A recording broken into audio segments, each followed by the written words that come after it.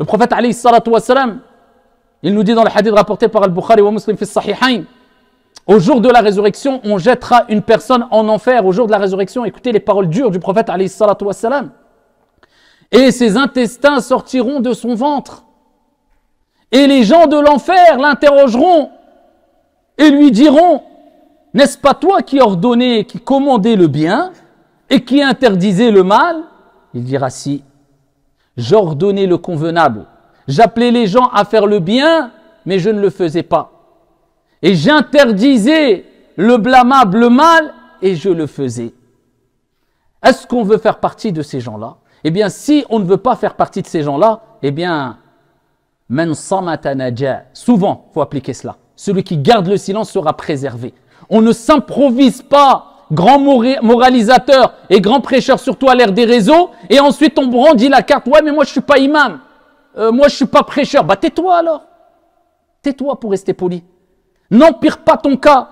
Et laisse ceux qui veulent prêcher ouvertement sur les réseaux, parce qu'encore une fois, nous sommes tous quelque part prêcheurs et imams à notre niveau. Mais quand tu le fais ouvertement dans une mosquée, sur les réseaux, il y a un minimum d'intégrité, de mourou'a à respecter et à avoir. C'est une lourde responsabilité. Donc ne t'improvise pas prêcheur quand tu es un gamer, ou prêcheur lorsque tu appelles à la perversité de jour comme de nuit et tu n'arrives pas à aligner 2 phrases sans dire 50 insultes et les gens en face. C'est ce qui est le plus triste. Oh, masha'Allah, là il a raison le frère. Ya ibadallah. C'est ça les références. Vous savez, tout s'est inversé aujourd'hui. Tout s'est inversé malheureusement. Il n'y a que très peu de respect, très peu de gêne. إذا لم تستحي فاصنع ما شئت صدق رسول الله صلى الله عليه وسلم. Si tu n'as pas de retenue, fais ce que tu veux avant de parler, avant de critiquer. Autour de toi, les imams ou les savants, traitant de savants de palais ou des hukam ou des... Rappelle-toi que tu vas rendre des comptes sur toi. Dans ta tombe, le prophète alayhi salam n'a pas dit tu vas recevoir 3 questions, qu'est-ce que tu as dit à tel gouverneur, sur tel savant ou sur tel... Bien qu'ils peuvent avoir des défauts, bien qu'ils peuvent avoir tous les défauts du monde, mais il dira, les anges lui diront Man rabbuka, toi, ton Seigneur, qui est ton Seigneur? Man nabiyuk, qui est ton prophète? Que dis-tu de cet homme? Mohammed alayhi salatu wassalam, quelle est ta religion, toi?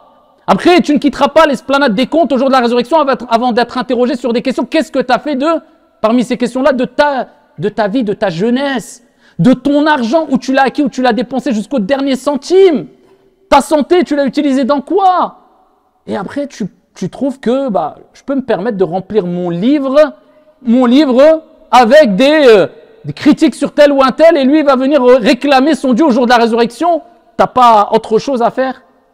T'as pas déjà beaucoup à faire avec ta propre personne?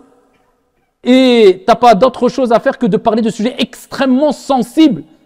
Alors qu'Allah Azza wa Jalla a dit dans le Coran وَلَا تَقْفُ مَا لَيْسَ لَكَ بِهِ عِلْمٌ إِنَّ السَّمْعَ وَالْبَصَرَ وَالْفُؤَادَ كُلُّ أُولَئِكَ كَانَ عَنْهُ مَسْئُولًا. Et ne poursuis pas ce dont tu n'as aucune connaissance. Certes, l'ouïe, ainsi que la vue, ainsi que le cœur, sur tout cela, tu seras interrogé. Qu'Allah subhanahu wa ta'ala nous compte parmi ses serviteurs qui parlent et qui assument leurs paroles en essayant de fournir le meilleur d'entre eux afin d'être cohérents. الذين يستمعون القول فيتبعون أحسنه, comme Allah a dit dans le Coran, ceux qui prêtent attention à la parole et qui suivent le meilleur de cette parole en fournissant le meilleur d'eux-mêmes en étant cohérents.